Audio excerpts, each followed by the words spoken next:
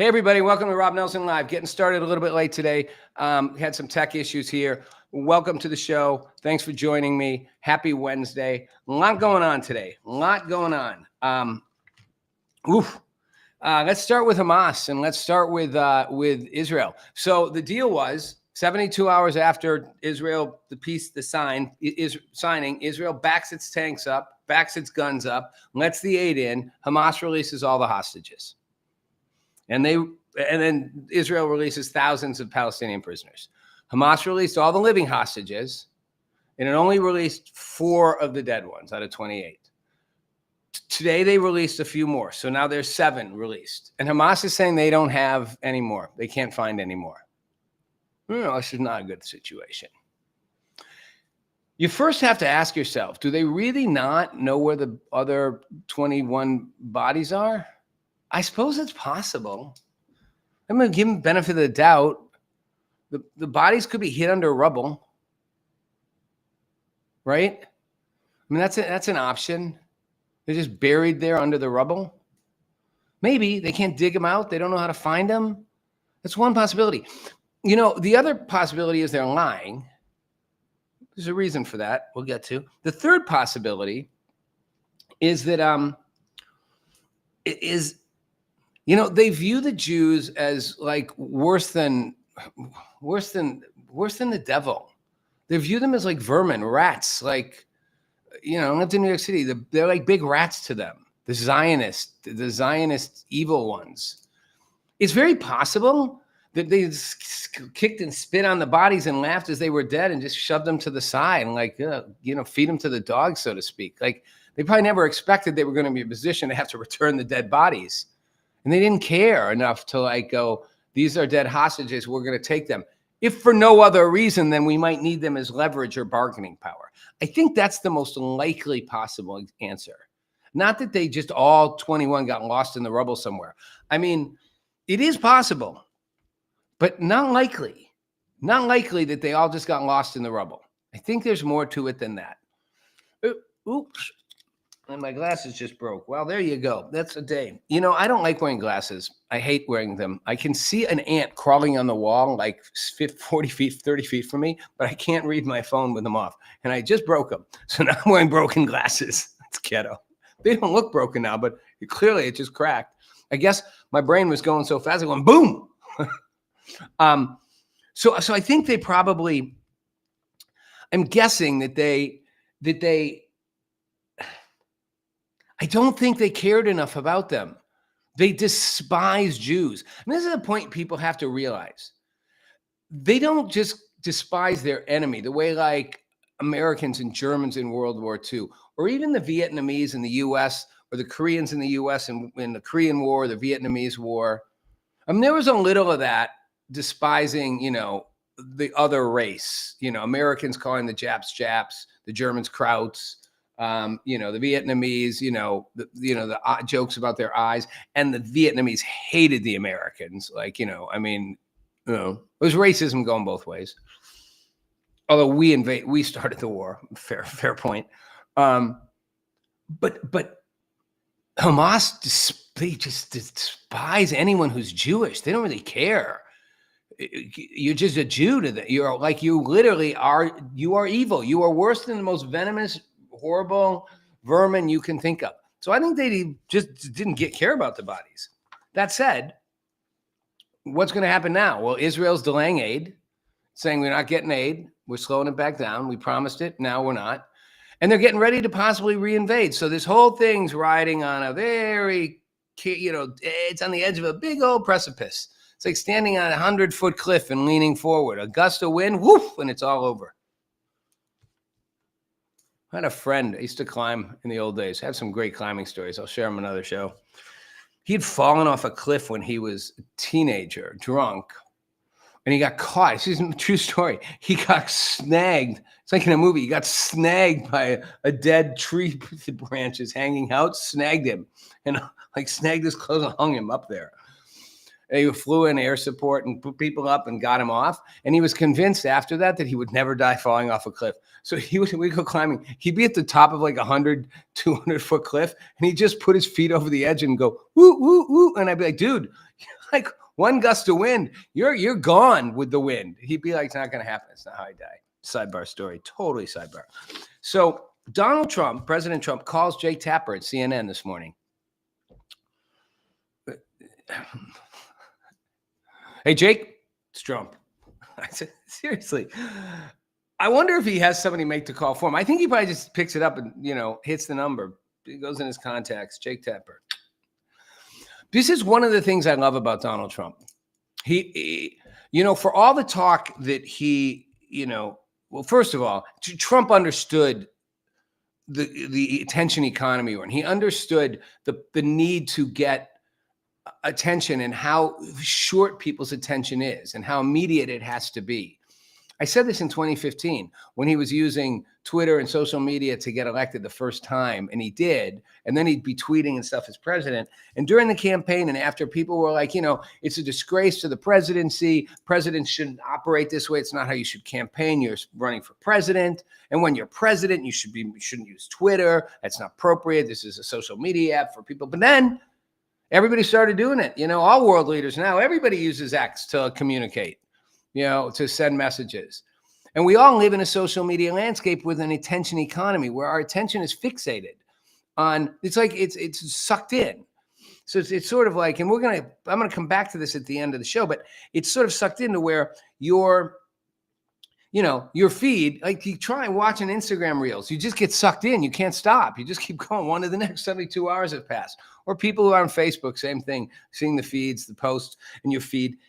And it keeps feeding you stuff that's about stuff you like, good and or bad, but usually it's to the good side of what you like to hear, or reinforces, or different angles, and you just get sucked in. Well, that's a reality we live in. And I'm going to come back to that at the end because it's creating a real problem. Trump sort of busts through that in a weird way, like the calling up reporters. He calls Dana Bash at CNN, he calls Jake Tapper, and these are people who despise him. And I don't know Jake Tapper and I don't know Dana Bash, but you can listen to them, especially Jake Tapper. I mean, he just literally, Jake Tapper, the things you have said about Donald Trump over the last few years, you literally called him just about everything. You said it's scary, it's disappointing. Maybe that's his exact words, but you know what I'm getting at. That he's a threat to democracy, that it's sort of like reprehensible, the things he says and does, it's unpresidential, whatever. Your bias is so large, it couldn't fit inside Donald Trump's ego, which is super large. No, you just such a bias toward him. You think he's the slayer of democracy, and yet the slayer of democracy picks up his phone and calls you. This was not a scheduled interview, you guys. This was not planned. Jake Tapper didn't record it. Jake Tapper did a video recounting it. Trump just goes live and calls. He's like, Trump walks into people, he starts talking. He gets in front of cameras. He does a press gaggle. Did Biden ever do that? Biden hid in the barn. Biden hid so far away from everything during the campaign, after the campaign. Did Hillary do it when she was running? No. What about Obama? Hope and change. Did he? No. Obama talked to the press. I'm not saying he never did gaggles or whatever, but not like that level. Trump literally just picks up the phone and calls reporters who hate him, reporters who trash him all day long. He does trash them as well later and says they're like fake journalists. Well, sorry, they are kind of. I mean, Jake Tapper, I believe you are a really good journalist when you want to be, but I think you are so biased. Again, back to this thing we're going to come back to at the end about how our brains have been looped and looped and looped to believe something. We can't unbelieve it. That you are so convinced that Donald Trump is the slayer of democracy that you don't realize that the slayer of democracy does not pick up the phone, call the fourth estate, the press, who he thinks is out to misrepresent him, the people he has to silence theoretically to slay democracy, and call you up and talk to you and give you all kinds of information just off the cuff, unplanned, no prearranged questions, no nothing, no Biden style. Let's see who I call on next on my list, and here's the question I ask you. Oh, you already knew it. Great, so you have an answer. He just calls you up. Open your eyes, guys. Open your eyes in the press. This man's not destroying democracy. He is on a mission to take control power and make change, for sure. He claimed that's what he would do. Over half the country elected him. Again, I call it a landslide. Electoral college-wise, it was. popular vote still closer, but Trump overwhelmingly won, and he won Congress, both houses. I mean, he had a mandate, and he never said he wasn't going to do this. He's doing everything he said he was going to do. Doesn't mean he's going to destroy democracy. He likes jerking everybody's chains. I'm going to run again. And I'm sure as it gets closer, he's going to say, I'm mulling it. Anything's possible. I have a horrible Trump impersonation, but he isn't. Anyways, he calls Jake Tapper, and he says, this is for the Hamas stuff. We're going to get it straightened out real quick. And this is Jake Tapper recounting how Trump recounts things. Get it straightened out real quick. And he says, if it isn't, Israel will go back in. And Trump, classic Trump, as soon as I say the word, Israel goes back in. He said, I had to really argue for them not to. He said, according to Tapper, I had it out with Bibi. I think it's probably true. Trump's probably on with Prime Minister Netanyahu going, no, you can't go back in right now. I want my Nobel Peace Prize. No, Trump wants peace. Come on, guys, give him a break even if you hate him. Maybe he does want a Nobel Peace Prize. I'd like one. Trust me, Biden wishes he had one. Biden and Jake Sullivan, Jake Sullivan actually gave Trump credit. Biden and his Secretary of State, Anthony, I'm getting Alzheimer's. Doesn't matter. His Secretary of State, I'll remember in the middle. Biden and his Secretary of State claim that they're really happy that Trump used their peace plan process to get peace. It's like they couldn't quite claim they did it. It would have been absurd. So they said, well, he should get some credit. But, it's really good that he used our plan to do this. See, we laid the groundwork for all this. He literally said that. You think they don't want a peace prize? Biden wants a peace prize. Every president wants a Nobel Peace Prize. So do a lot of people. So what? He also wants peace. He's again, if you stop seeing him as a demonic thing, he does a demonic force. He doesn't want to see people. Who wants to see people shooting each other to death all over? Ukraine, Russia, how does anybody win in that? Just a bunch of dead people coming home. World War I, we decimated populations of young men in Europe and the US, decimated them. Just all these dead young people. No good. It's bad. World War II wasn't as bad, but I've told you, my guys who listen, my dad was in World War II. He was a World War II vet, and you just watch people's bodies just get killed everywhere. Who wants to see that? They're real human beings. They may be soldiers sworn an oath to fight, to protect, but they're people. They have families. They have wives and girlfriends and parents and siblings and kids. They want to come home. They're just pawns. You think Trump wants to see all the who out there does? Except the Hamas would like to see more Jews killed. But I don't even think most Israelis are sitting out there going, we want to see more Palestinians die. You'd like to see the Hamas terrorists go. Speaking of more Palestinians dying, there's video now of Hamas lining up Palestinians, putting them on their knees, blindfolded, turning their backs to them, pointing rifles at their heads and shooting them. And who wants peace? They say that they are, Trump actually says they're shooting up the gangs. And Jake Tapper's like, are you sure they're gangs? They're not shooting up gangs.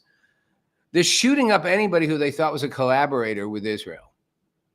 Hamas, the minute the ceasefire happened, Hamas has moved to reassert control. This is the problem.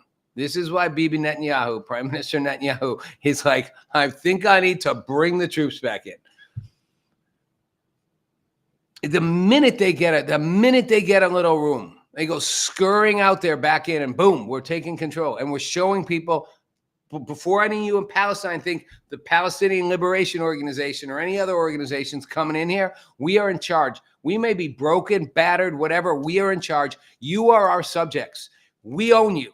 Get on your knees, turn around, boom, boom, boom, right in front of it in public so everybody can see. We will put bullets in your heads. We are fucking in charge. You work for us, and we will hide behind you. We will hide amongst you. We will do whatever it takes. We will use you as the pawns that we say they're using you as, and we will use you to the last person for our ideological cause.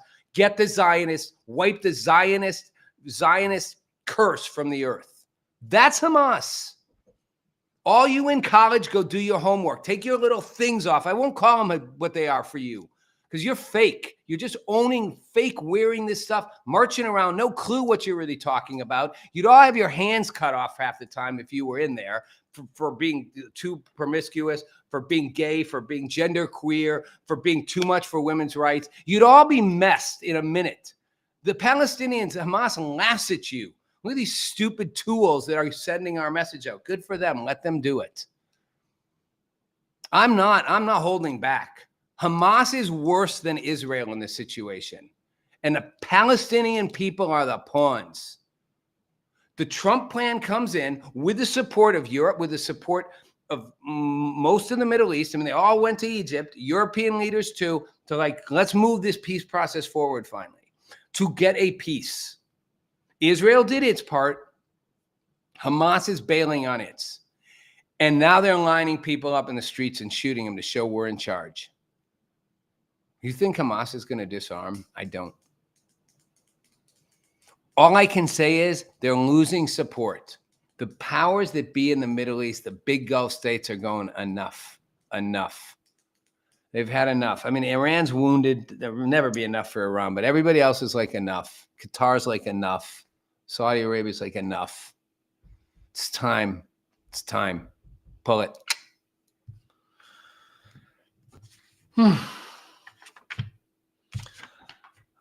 I love Trump. As soon as I say the word, they'll go back in. Trump's in charge, the whole thing. People have said they shouldn't use aid as a bargaining chip. I understand the logic of that, but what else are you going to do? What other bargaining chip you have? Withhold aid or bring in troops? You got no other choice. Again, Hamas started this in this round with the terror attack, killing more Jews than ever before since the Holocaust in one time. And now Hamas is the one stalling on the ending of it. I mean, at a certain point, you got to kind of point fingers where fingers need to be pointed. Put blame where blame is due. Israel fulfilled its part. And you could say they'll change their mind. Maybe, maybe not. I don't think they will. I don't think we'll let them. I don't think the world will let them. I mean, you could say they'll do it anyway. Maybe. Not if Hamas does its part. But Hamas is pulling away. They're reneging on it already. And they're shooting people in the streets to show if any of you think for a second that we're not in control of this thing and you don't, again, work for us, you're not our tools, our puppets, our pawns, we'll show you. We will line you up, shoot you execution style. Blessed are the peacemakers. Right, Hamas. Right. Meanwhile, though, they are moving on in Egypt to try to move forward for the next phase, the rebuild Gaza phase. Let me tell you something. Hamas doesn't want Gaza rebuilt. Hamas wants it to be a war-torn battleground with dead Palestinian bodies everywhere that they can use to leverage support in the world community and that they can use to just hang in there and just get as many Jews as possible. Every one of those Hamas people pretty much will die to the last man and woman to make sure they get another Jew. It's really sick. And, I was quickly, some of the things they did. And look at some of the people, like one guy starved during captivity. I mean, okay, held in isolation almost the whole time. A guy was kidnapped helping people evacuate the festival, held in tunnels the whole time. He was released. He was chained almost the whole time and released briefly on his wedding anniversary when he was allowed to take a single shower. Then they force-fed people at the end, right? So it's called the refeeding syndrome, right? They want them to not look as bad as they are when they get them out. That's one theory I thought about the dead hostages, that they don't want to show the bodies because of what they did to them, how tortured and mutilated they'll be. But it's a really bad idea. When somebody's been starving, you don't feed them a bunch of food really fast. It can really mess their system. It can kill you, but it will really mess your system up. But they did it to make them look better in propaganda videos. these people, they had no light, they get no vitamin D, their bone function, muscle, all of it's just a mess. And they're, these hot little humid spaces. Plus, imagine their minds. I mean, they are effed for life. I mean, to work through that, injuries that weren't treated right, burns, gunshot wounds, they didn't get medical care for basic things. Well, one woman apparently had a guy had a medical procedure on his hands and fingers. They didn't give him anesthetic. Alyssa Griffin from The View worked for Trump, remember, and then resigned. And Trump says she first of all, remember on The View when she said, "I'm not going to be apocalyptic. It's not changing a tune. It's not making every single thing a 5-alarm fire. If he does good, if he gets the Israeli hostages out, I promise I will wear a MAGA hat for one day on The View and say thank you for doing it." Well, he did. I haven't seen her in a MAGA hat unless she did it today. Trump says she used to work for me. And he said, it just shows what a fraud she is. I never thought she'd make it. I never thought she'd do it. And then, of course, she said he was the greatest president in her lifetime in letters, which we'll never know. Although I do like classic Trump style. He said, now she's not that old, so I don't consider it a great compliment. More recently, I've had letters that say, I'm the greatest president of them all. I like that much better. Does that include Washington and Lincoln? Yes, it does. I can like that a lot. Wow. I can't tell when he's trolling and when he's dead serious, but I think this one's a half and half. I think he's dead serious. I think he thinks he's the greatest president of all time. That includes Lincoln and Washington. But she did give them credit, that they deserve credit, and said, sometimes the only way to get peace, she said, you don't negotiate with terrorists, I've always said, but sometimes the only way to get peace is to sit down with the most evil people and try to come up with a way to end the bloodshed. And she hopes the peace holds. But she's not wearing the MAGA hat. Why not? I'll tell you why not. I don't think it's that she won't do it. I think the producers of The View are like, you are not going out there in a MAGA hat. We will not let you. Now, if that's true, Alyssa Griffith, you should have the guts to say, I can't wear a MAGA hat because my producers won't let me. So producers making our show, I'm telling the world right now, you've banned me from wearing it. You know that's what this is. They were like, and Whoopi Goldberg and Joy Behar, they are like, we are not promoting MAGA on your head for a full hour on national television. Not happening. We don't care what promise you made, which you made on the air on our show. Mandani, running for, mayor of New York, said he wants Netanyahu arrested. As soon as he comes in, because the International Criminal Court said he should. And somebody pointed out that the U.S. doesn't honor the International Criminal Court. It's part of, it's part of the whole globalist thing. But so what? Mandani, are you going to if you're running for mayor in the biggest Jew city in the world next to Jerusalem, and you're saying I'm going to arrest Netanyahu on the spot if he comes in, I'll figure out any way possible to do it. Wow. If you guys elect him, it's on you. It is on you.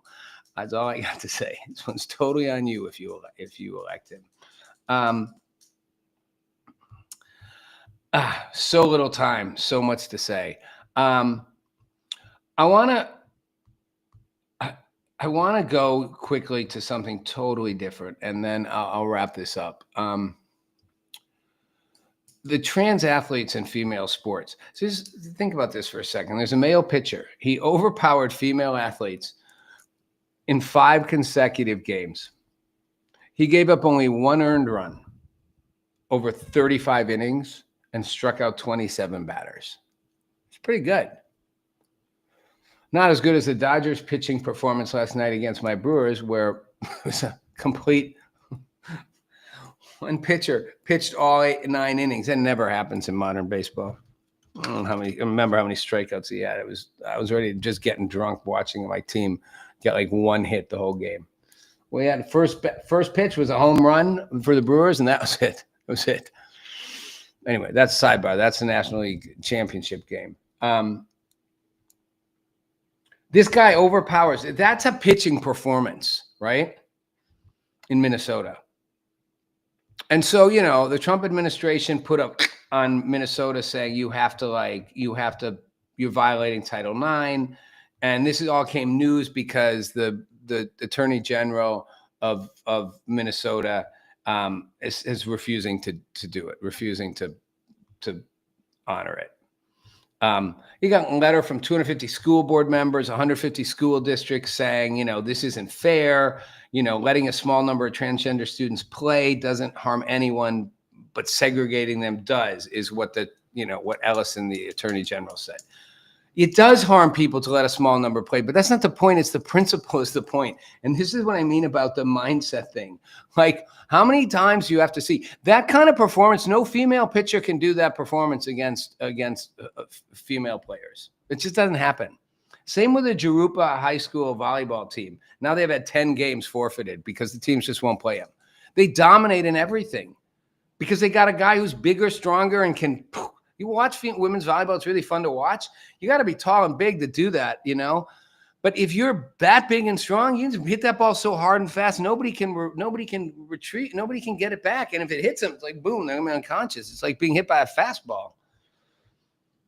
So what are they doing in California?